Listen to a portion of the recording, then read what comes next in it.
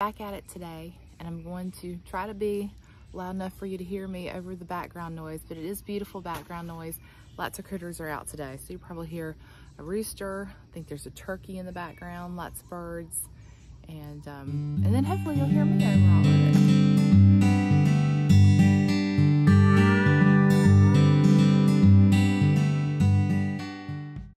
I'm gonna go ahead and get started staking the tomatoes. I did a little weeding yesterday, just a little bit, because I don't want to disturb the plants that are growing, and I think that's probably more important than worrying about what the garden looks like. We want everything to grow and not be hindered, and so I don't want to break any root systems up, but I did a little bit. I'm trying to keep the dirt loose around the plants so that they can expand and grow. In addition to staking the tomatoes, I also need to resow some corn. So I got the corn kernels to go in the ground, and I'm gonna harvest some lettuce today, clean up some things, and hopefully we can beat the 95-degree weather that should be here by lunchtime. But with the humidity as high as it is where we live, it will probably feel like it's 95 by 10 o'clock. So let's get started. It is noisy out here again today with the traffic. But I wanted to show you, these are, I'm 6 feet tall, so I'm gonna say these are 6.5 feet furring strips. You can pick these up at your hardware store, at Lowe's, or any of your building supply places, or you might even have some laying around your house. We had some left over from projects, and then my neighbor was kind enough to let me use his this year. He wasn't gonna use them, so I thought that was quite the blessing.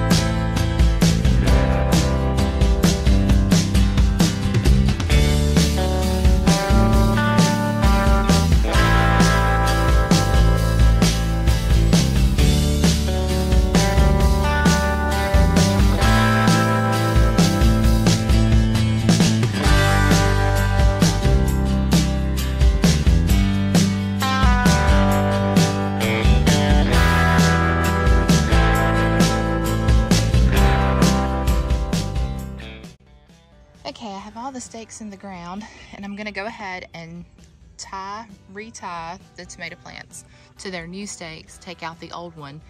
I have pruned the bottoms of most of the tomatoes, and I've just taken off the bottom leaves, but I left a couple here so that I can show you what I do. And the reason you want to take off the bottom leaves, if you've heard of something called blight, that's a disease that your tomato plants can get, where the leaves start to turn really yellow at the bottom and the disease will just move up toward the top of the plant. And that is caused by the soil splashing onto the plant, and that's where they pick up the blight. So if you can take those lower limbs off your plant, and I know it looks terrible, it looks like you're just butchering the little tomato plant, but actually it's so beneficial for their growth. And if you can get a nice tall stem and then the fruit at the top, it will just continue to grow, and supposedly your tomatoes will be to their maximum size. So I'm really curious to try that this year. As you can see, the bottom leaf right there is already looking pretty rough, and just see if that will help my tomato plants, because I have had some blight issues in the past. I'm gonna do this one as well, but you can see the one beside it over there. I mean, it just looks like a stem with some leaves on the top, but that is what it's supposed to look like. So we're gonna use this method this year and see if we can get some beautiful big tomatoes and a plentiful harvest. Okay, you can probably just break these off with your hand, but what I'm gonna do so that I don't hurt anything is I'm gonna use these, the words just escape me sometimes on these videos. Pruners, these pruners, I'm gonna use these to cut the bottom of the bottom limbs off. Actually, that one. So we find the center stem. This is the center stem. We can take off everything to the bottom of the fruit.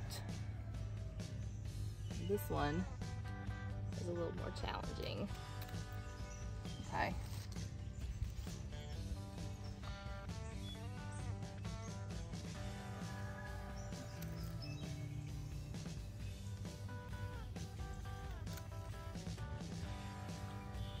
No, it just looks like you're just... We're even gonna take this one off. Looks like you're just cutting it all away, but I think in a couple of weeks we'll be happy we did. So that's where we want it, right there.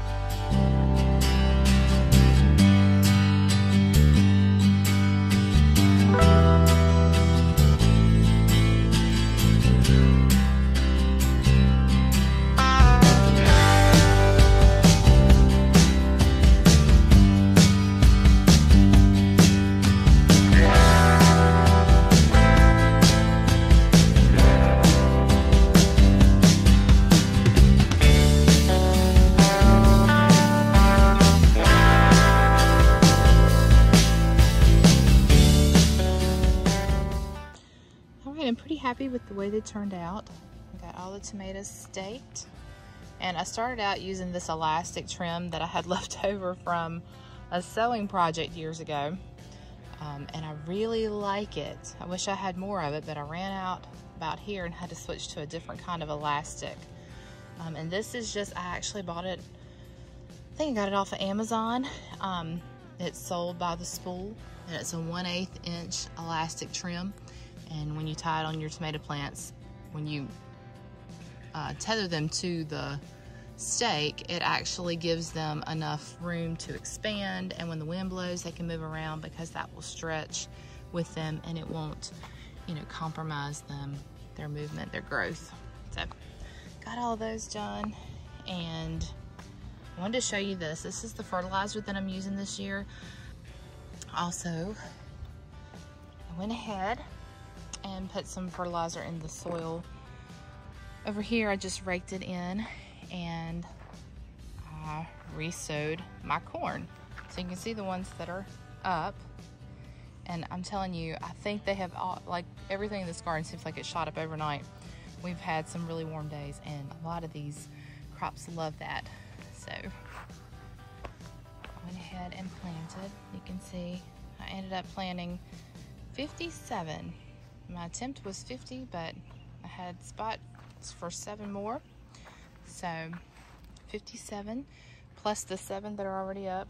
So hopefully, if everything comes up, we'll have a pretty good harvest of corn. It's been about a week since we planted the corn, maybe a little less than that. I just wanted to show you the progress. You can see the little corn shoots that are already popping up. It takes 7 to 14 days for them to germinate. So I would say we are ahead of the game. Look at all those little corn shoots. So far, so good. So we'll say a prayer and keep our fingers crossed that the birds will stay away and these will continue to grow.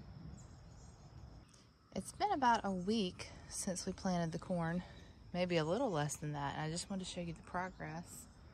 You can see the little corn shoots that are already popping up. It takes 7 to 14 days for them to germinate. So I would say we are ahead of the game. Look at all those little corn shoots. So far, so good. So we'll say a prayer and keep our fingers crossed that the birds will stay away and these will continue to grow. This week I made a decision. I had decided not to have squash in the garden this year. This was actually the first year that we have not grown squash.